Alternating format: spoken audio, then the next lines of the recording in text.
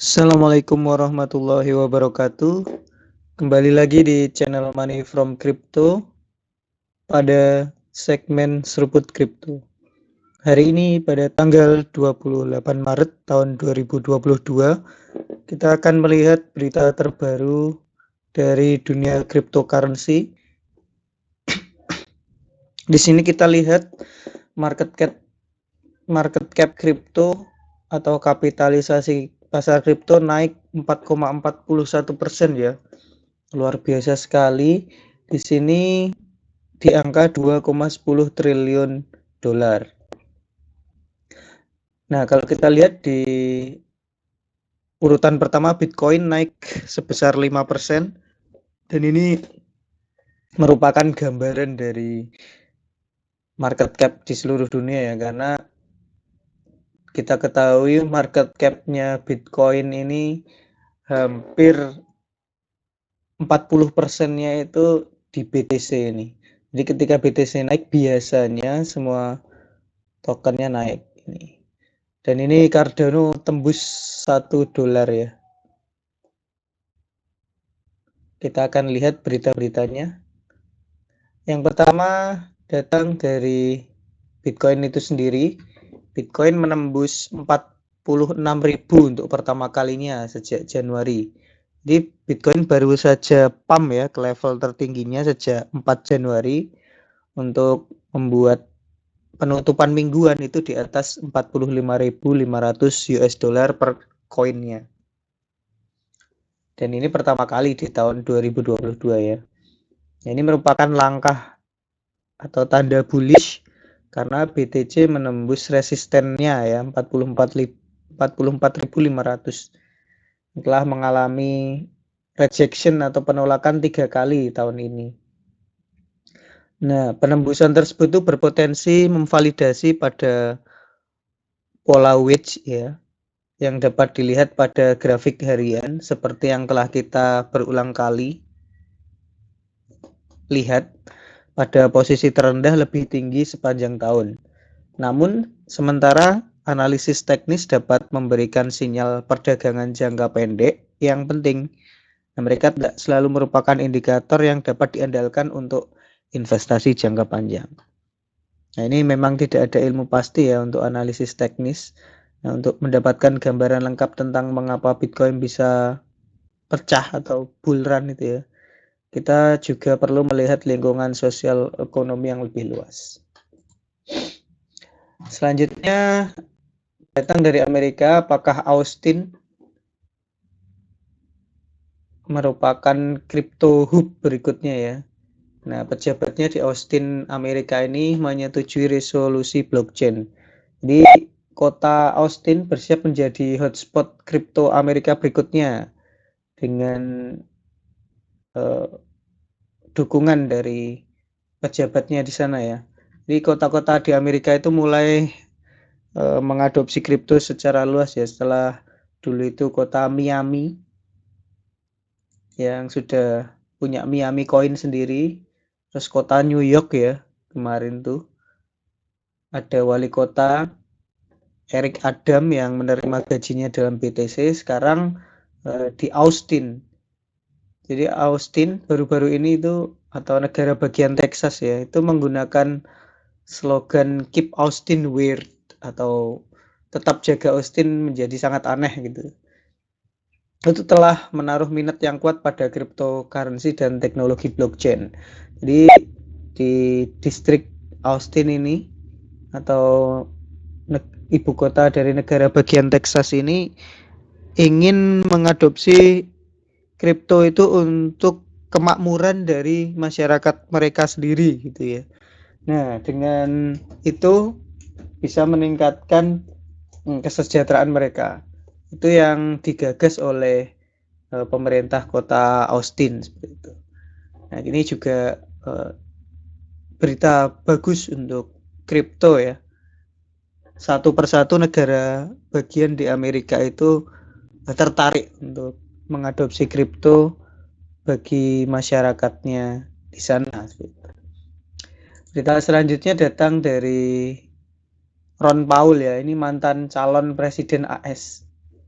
Nah, itu pemerintah AS masih bisa melarang Bitcoin. Jadi kalau Ron Paul ini sudah 3 kali mencalonkan diri menjadi Presiden Amerika, yaitu 98, 2008, dan 2012. Memang kalau sudah berumur itu memegang teguh yang namanya sistem keuangan tradisional ya, yang sudah terbukti berabad-abad dan ratusan tahun seperti itu. Dan dia masih skeptis tentang Bitcoin atau tidak mau menerima lah seperti itu. Apakah jadi di lain ada yang banyak yang menerima, di Amerika itu Bitcoin juga banyak yang menolak itu. Tergantung dengan mereka skeptis atau enggak. Terus selanjutnya datang dari BSC News ya. Bitcoin sudah go global gitu. Nah, pandemi dan ketidakpastian geopolitik itu mendorong adopsi Bitcoin itu dalam skala global. Nah, kita lihat juga kapitalisasi pasar sudah menembus 2 triliun dolar. Nah, aset kripto ini melakukan rally ya untuk mendorong total kapitalisasi pasar atau market cap itu melewati 2 triliun dolar dengan altcoin terkemuka seperti Ethereum, Solana, dan Cardano itu naik lebih dari 10% dari posisi terendah mingguannya. Nah, banyak sekali berita di kripto ya. Satu minggu ini Crypto Blitz itu menyalip aksi Infinity di pengguna harian. Terus Komisi Sekuritas Ontario itu memerintahkan Binance untuk menghentikan layanannya kepada pengguna Ontario. FTX itu memantapkan dirinya di Australia. Naomi Osaka menjadi duta FTX. Coinbase menghadapi masalah hukum, keuangan, dan politik. Crypto.com mengamankan sponsor untuk Piala Dunia FIFA.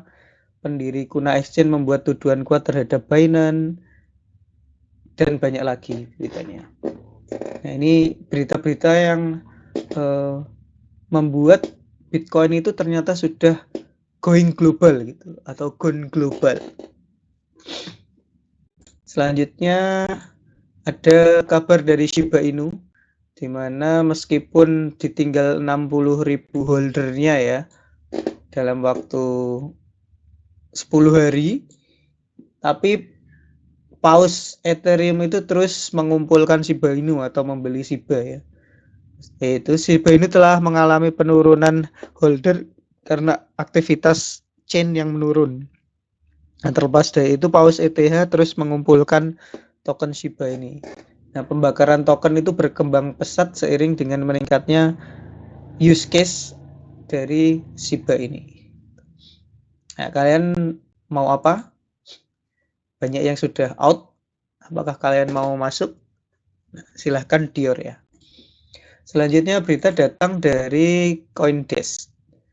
Nah, Coinbase mengatakan hampir terjadi kesepakatan untuk membeli exchange kripto terbesar di Brazil ya. Jadi sebuah transaksi dapat diumumkan di akhir April menurut surat kabar lokal Estadao ya. Di sini kita lihat Coinbase itu akan mengakuisisi 2 TM atau pemilik Mercado Bitcoin, pertukaran kripto terbesar di Brazil. Nah, ini juga langkah yang luar biasa masif ya. Coinbase ini nggak mau kalah dengan Binance. Dia juga memperluas pasarnya di Amerika Latin. Terus selanjutnya kabar datang dari mengapa Bitcoin tidak memiliki persaingan gitu ya. Jadi ini artikel yang bisa dibilang ironi atau hiperbolik gitu. Jadi Bitcoin di sini sudah usang gitu ya. Bitcoin sudah terlalu lambat, Bitcoin terlalu sederhana gitu. Jadi ternyata meskipun seperti itu dia itu sangat spesial. Nah, mungkin teman kalian itu para trader gitu. Terus dia trading Bitcoin, beli di 40.000, jual di 43.500. Tapi ada juga orang yang kalau bisa di hold seumur hidup atau sebelum 1000 kali nggak diambil seperti itu. Nah, nanti terserah kalian tuh. Karena di sini kalau kalian tahu atau memahami tujuan Bitcoin sesungguhnya, mungkin kalian akan menjadi holder jangka panjang ya. Kita bisa lihat di sini, aku berharap aku menyimpan 1700 BTC di harga 0,06 daripada menjualnya di 0,3 ya. Sekarang harganya sudah $8. Nah, contohnya Gregscoin ini ya. Ketika BTC harganya 0,06 terus naik sampai 0,3 dia nggak jual nih. Nah, akhirnya dia satu koinnya $8. Itu cerita zaman dahulu di 16 Mei 2011 ya. Nah, kalau ada orang seperti ini dan sabar menunggu sampai sekarang, wah mungkin dia sudah kaya raya dan triliunan ya asetnya. Oke, sekian dulu kabar kripto hari ini. Semoga bermanfaat. Assalamualaikum warahmatullahi wabarakatuh.